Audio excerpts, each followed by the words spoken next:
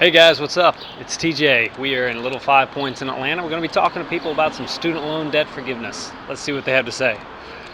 What are your thoughts on student loan debt forgiveness? I definitely hope eventually they find a way where it's financially smart for students to go to school, and alongside with,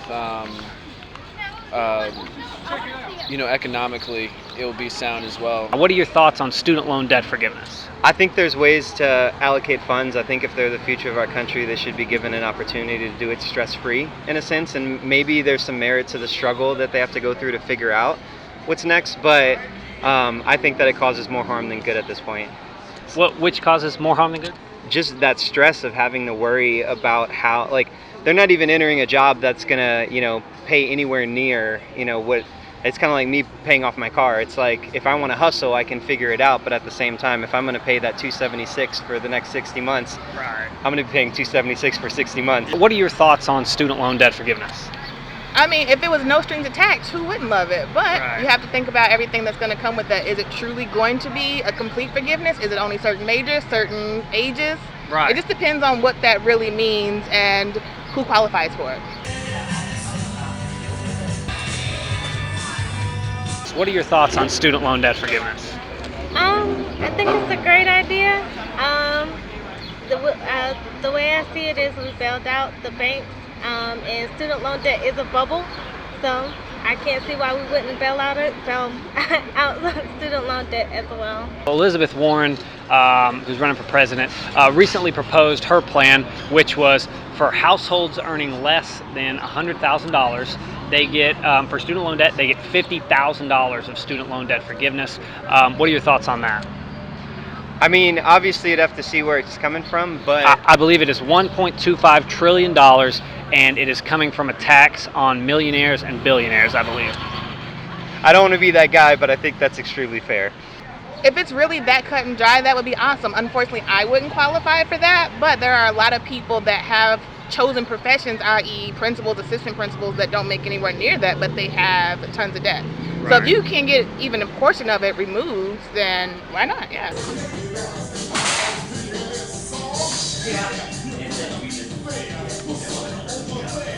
She recently proposed her plan, which was for households that earn less than $100,000, they would get up to $50,000 in student loan debt forgiveness. Would you be for that, or what are your thoughts on that? Absolutely for it. Yeah. Now, obviously, somebody's going to have to pay for it. According to her plan, it would be a tax on, I believe, millionaires and billionaires. What are your thoughts on them getting taxed to pay for your student loan debt?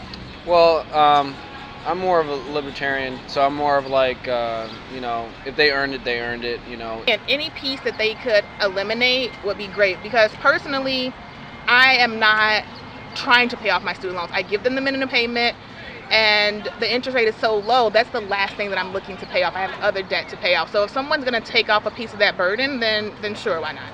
I am not trying to pay off my student loan. Not trying to pay off my student loan.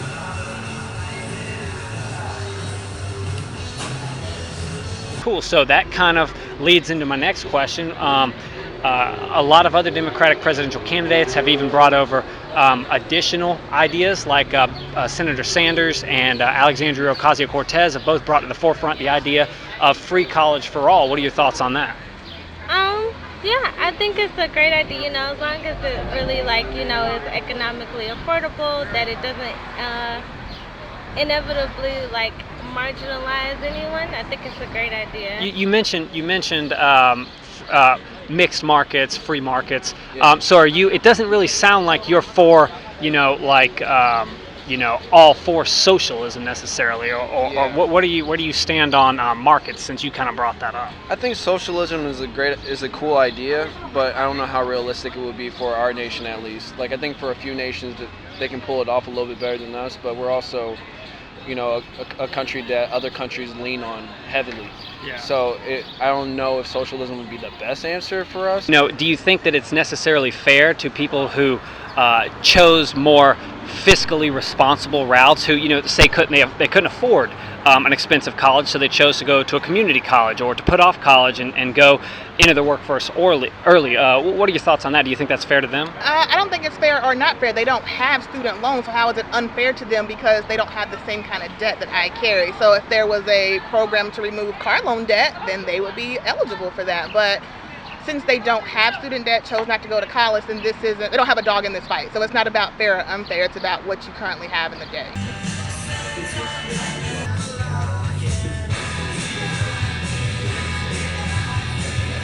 Is that fair to me because I was trying to be responsible? I have to say I still believe it's fair, only because when people make these decisions to get into like these enormous amounts of student loan debt, they're 18 years old. There's not really a lot of information on the best, most fiscally responsible way to go to college or to take on student loan debt. But we were, as a generation, told that we had to go to college. So just because of that, like, irresponsibility on the banker's fault for not properly informing their debtors, and the government's fault, I think that we should have our loans forgiven because of that, and I think it's fair because of that.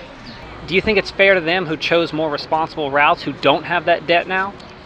I think it would be extremely selfish of someone like myself to be upset at the opportunity. It's the way I look at it is I'm the oldest of 7. My younger siblings got afforded much better opportunity as my parents got better at parenting. Right. And so I look back at that and I'm like, damn, I wish I could have done that. But at the same time, I kind of have to live my life. So I'm going to ask you a couple quick questions about the opponents to that idea too, so you can try and balance that out. Sure. A couple of the things is, first off, you said you're all for student loan debt forgiveness, which a lot of people are, and that brings up the question oftentimes, how does that differ from credit card debt or mortgage debt?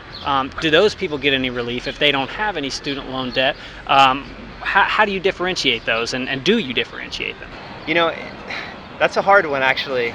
Well, you have to draw the line somewhere, and I definitely see the argument for wanting to take it further past student loans, but growing up, they plant this seed of go to college, you'll get a good job, you'll be able to pay this back, and that's just not how it's working. So these are the steps, and they have programs for mortgage and all of that kind of things, and you can get a 15-year mortgage or a lower interest rate, and there are programs to pay those off, so you just have to look for them. But right now, this is a good step for student loans and people going to college, and who knows what can happen in the future for that.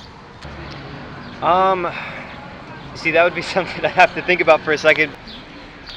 To be honest, it's not a topic I've thought a lot about, so I wouldn't be able to give you a good answer for that. I hate to come off as if I'm an expert. No, on that it. makes sense. Yeah, Yeah. It is tough to think about because when you really break it down, there's not very much difference between credit card debt and mortgage debt. I would say the difference is when it comes, you can pick the price of your house. You can choose how much you spend on your credit card. When it comes to colleges, that's what it costs. Period. And there are more expensive ones and cheaper ones, though. Biggest thing. Right, and that's a great point. And let me just end on this note real quick. One thing, and I love how you just don't jump on the socialism train, because a lot of people your age, especially, just without really an extensive understanding of how that works in the economy, love to just jump on that. Which is, sorry guys, it's not a good idea. But I was going to ask you, what was your yeah, idea? no, it's absolutely. But That's being nice. that's okay. That's okay. I try not to show where I stand at the beginning, because then people won't come interview with me. But that's awesome. okay. Yeah. But one thing I do want to end on is you talk about homeless numbers and you talk about the small percent who are up top.